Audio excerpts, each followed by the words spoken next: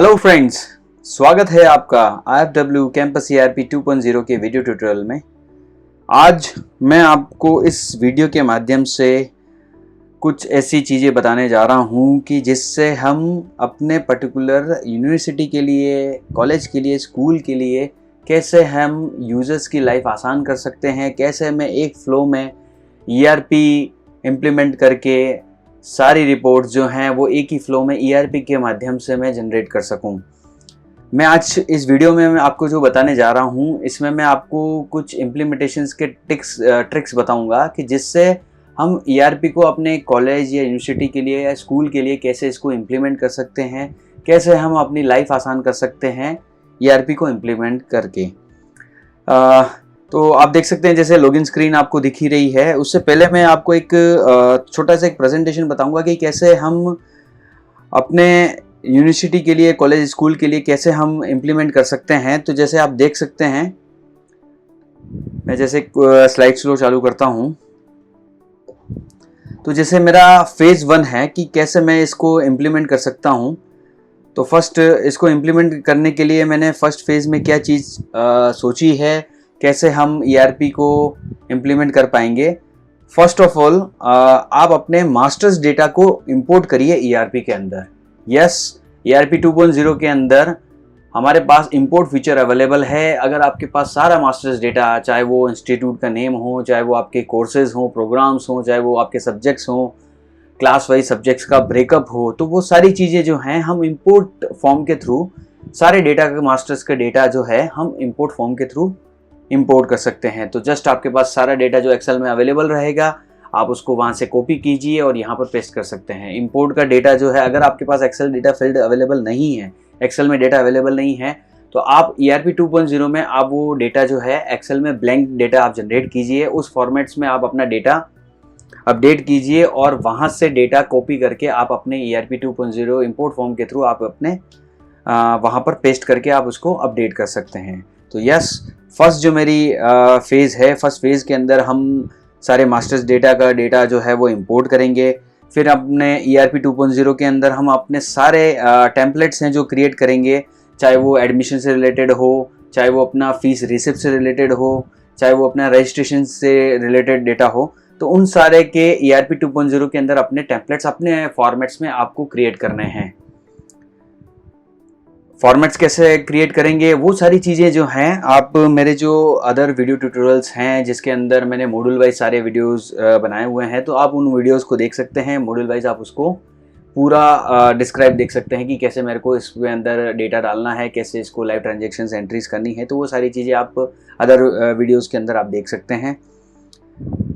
Third steps phase 1 के लिए आप अपना फ़ी प्लान क्रिएट कीजिए। अगर आप बड़े इंस्टीट्यूट में हो, अगर आप एक सिंगल कैंपस के अंदर आप इंस्टीट्यूट, कॉलेज भी रन कर रहे हैं, स्कूल भी रन कर रहे हैं, तो उस केस में ERP 2.0 IFW कैंपस ERP 2.0 आपको हेल्प करता है, आपकी मदद करता है कि आप अपने कैंपस के अंदर कॉलेज या स्कूल्स को एक साथ एक ही डेटा के अंदर आप उसको इम्प्लीमेंट कर सकते हैं। तो उसके लिए जो ज़रूरी मेजर स्टेप्स हैं वो मैं आपको बता रहा हूँ ताकि हम अपनी लाइफ को आसान कर सकें। फिर चलते हैं हम थर्ड स्टेप जो मेरी है फ़ी प्लान्स की। आप सारे मास्टर्स डेटा इंपोर्ट करने के बाद, अपने टेम्पलेट्स क्रिएट करने के बाद आप फ़ी प्लान्स क्रिएट कीजिए। फ़ी प्लान्स क्रिएट करने के बाद आप स्टूडेंट्स का डेटा इंपोर्ट कर सकते हैं। सारे प्रोग्राम जो भी आपके इंस्टीट्यूट्स, कॉलेजेस हैं, उनके जितने भी प्रोग्राम्स हैं, वो चाहे वो सिविल इंजीनियरिंग हो या कंप्यूटर साइंस इंजीनियरिंग हो या आपके स्कूल्स हों जिसमें आपके क्लास वाइज जो फ़ी स्ट्रक्चर्स होते हैं, वो सारे फ़ी प्लान्स आप ERP 2.0 में क्रिएट कीजिए। सेम थिंग, फ़ी प्लान बनाइए आप हॉस्टल और ट्रांसपोर्ट्स के लिए भी। अगर आपके कैंपस के अंदर आप हॉस्टल और ट्रांसपोर्ट्स भी मैनेज करते हैं, तो यस, आप अपने ट्रांसपोर्ट्स और हॉस्टल्स के फ़ी प्लान्स बनाइए, उनका मास्टर्स डेटा आप बनाइए, तो उस चीज़ में आप वो इम्प्लीमेंट कर सकते हैं। फिर हम चलेंगे फर्स्ट फेज़ के अंदर ही, वो है मेरा इंपोर्ट लाइब्रेरी बुक्स का डेटा।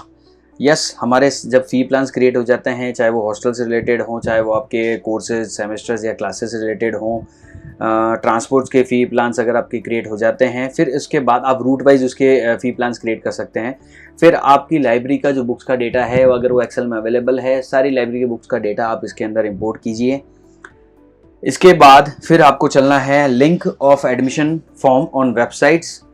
यस, ERP 2.0 के अंदर हमारे पास एक ऑप्शन अवेलेबल है कि जो ERP 2.0 के अंदर हमारा एडमिशन फॉर्म है उसको आप अपनी वेबसाइट्स पे लिंक कीजिए। स्टूडेंट्स जो भी हैं, पेरेंट्स हैं जो आपके कॉलेज या यूनिवर्सिटी के अंदर अपना एडमिशन्स के लिए वो अप्लाई करना चाहते हैं, तो यस वो एडमिशन फॉर्म्स पर जाके वो इजी वे में अपना एडमिशन फॉर्म्स के लिए वो अप्लाई कर सकते हैं। आप इसके साथ साथ में इंटीग्रेशन कर सकते हैं आपके पेमेंट गेटवे का, SMS का, ईमेल का। तो यस, ERP 2.0 के अंदर आपको ये 3 चीज़ें की रखना ज़रूरी है, ताकि जैसे ही बच्चा अपना एडमिशन फॉर्म अप्लाई करता है और वो कुछ एक एडमिशन फॉर्म के थ्रू वो अपनी ऑनलाइन फ़ीस डिपॉजिट करता है, तो यस उस केस में आपका इंटीग्रेशन पेमेंट गेटवे का होना ज़रूरी है, ताकि आपने जो भी थर्ड पार्टी पेमेंट गेटवे ले रखा है उसके माध्यम से बच्चा है जो एडमिशन फॉर्म की फ़ीस जो है वो ऑनलाइन पे कर सकता है। जैसे ही उसका एडमिशन फॉर्म सबमिट होता है तो यस अपनी ERP 2.0 के थ्रू उसको एक SMS चला जाएगा, एक ईमेल, अच्छा सा ईमेल चला जाएगा कि सक्सेसफुली आपका एडमिशन फॉर्म जो है वो फिल हो चुका है, सबमिट हो चुका है। तो ये सारी चीज़ें हैं जो हम इस स्टेप्स में कंप्लीट कर सकते हैं फर्स्ट फेज़ में। फिर हम चलते हैं data import of students and employ. Yes, masters data, fee plans create हो गए, आपका एडमिशन फॉर्म लिंक हो गया, आपके टेम्पलेट्स क्रिएट हो गए हैं। फिर आप स्टूडेंट्स का डेटा, एम्प्लॉय का डेटा जो है आप इसके अंदर इंपोर्ट कर दीजिए। ये इंपोर्ट करने के बाद जब आपका स्टूडेंट्स और एम्प्लॉय का डेटा इंपोर्ट हो जाता है, फिर आपको हर एक स्टूडेंट्स का और एम्प्लॉयज़ का जो है ID पासवर्ड्स क्रिएट करना है, उनको मॉड्यूल वाइज राइट्स असाइन करने हैं। ये सारी चीज़ें स्टेप्स कंप्लीट होने के बाद फिर आप अपनी लाइव एंट्रीज पे आ सकते हैं, चाहे वो आपको नए स्टूडेंट्स के एडमिशन्स करने हो या नए एम्प्लॉयज़ के रिक्रूटमेंट करके आप उनका रजिस्ट्रेशन करना हो। आप अपनी फ़ीस एंट्रीज स्टार्ट कर सकते हैं। स्टूडेंट अपने लॉगिन से अपनी फ़ीस डिपॉजिट कर सकता है, लाइब्रेरी में बुक सर्च रिजर्वेशन कर सकता है, या आपके कैंपस में आकर वो अपने ट्रांजेक्शन इशू रिटर्न स्टार्ट कर सकता है। हॉस्टल और ट्रांसपोर्ट मॉड्यूल्स हैं जो कि आप फर्स्ट फेज़ में इम्प्लीमेंट कर सकते हैं। बहुत इजी प्रोसेस है। अगर आप इस स्टेप से चलते हैं तो आपका फेज़ 1 विद इन 1 मंथ या 1 या 2 मंथ्स में आप अपने फेज़ 1 को कंप्लीट कर सकते हैं। फिर हम चलते हैं सेकंड फेज़ पर। तो सेकंड फेज़ में आप अपने एकेडमिक मॉड्यूल्स को लाइव कीजिए। तो एकेडमिक मॉड्यूल्स में चाहे वो आपकी स्टूडेंट अटेंडेंस हो, अटेंडेंस K12 भी मैंने डाल रखा है, क्योंकि हमने ERP 2.0 के अंदर आपके कॉलेज, आपके इस कैंपस के अंदर अगर कॉलेज और स्कूल रन हो रहे हैं तो यस हमने कुछ एक सेपरेट मॉड्यूल्स बनाए हुए हैं, ताकि अगर आपको स्कूल के लिए लाइव करना है अटेंडेंस मॉड्यूल तो आपके पास अवेलेबल रहेगा अटेंडेंस K12, बट अगर आपको कॉलेज के लिए लाइव करना है आपका अटेंडेंस मॉड्यूल तो आपके पास अवेलेबल रहेगा student attendance. Same thing for time table K12, exam and exam K12। ये 3 मॉड्यूल्स हैं जो हमने सेपरेटली स्कूल्स के लिए भी बनाए हुए हैं। तो अगर आपके कैंपस में अगर कॉलेज रन हो रहा है और स्कूल भी रन हो रहा है तो साइमल्टेनियसली आप उन मॉड्यूल्स के राइट्स दे के आप अपने एकेडमिक मॉड्यूल को लाइव कर सकते हैं। तो एकेडमिक मॉड्यूल में क्या क्या चीज़ें आती हैं? Student attendance, time table, exams के अंदर आपके वो सारा प्रोसेस आ जाएगा, एडमिट कार्ड जनरेशन करने का, ऑनलाइन एग्जामिनेशन फॉर्म फिल करने का, आपकी मार्कशीट जनरेट करने का। बच्चे अपने लॉगिन में वो सारी चीज़ें देख सकते हैं कि उनके क्या मार्क्स आए हैं जिस भी एग्ज़ाम के सब्जेक्ट्स के, सिलेबस एंड लेसन प्लान। फिर अपना आता है assignments, notes and online exam. Yes, ERP के अंदर अगर आपको ऑनलाइन एग्जाम भी कंडक्ट करने हैं तो आप कर सकते हैं। स्टूडेंट अपने पोर्टल से वो ऑनलाइन एग्जाम दे सकता है और सबमिट करने के बाद अगर इमीडिएटली उसको कोई अपने मार्क्स दिखाने हैं तो यस वो मार्क्स भी दिखा सकते हैं। फिर थर्ड फेज आता है हमारा live other remaining modules like payroll हो गया, आपकी एम्प्लॉय अटेंडेंस हो गई, जिसके अंदर आपका बायोमेट्रिक का इंटीग्रेशन भी हो जाएगा।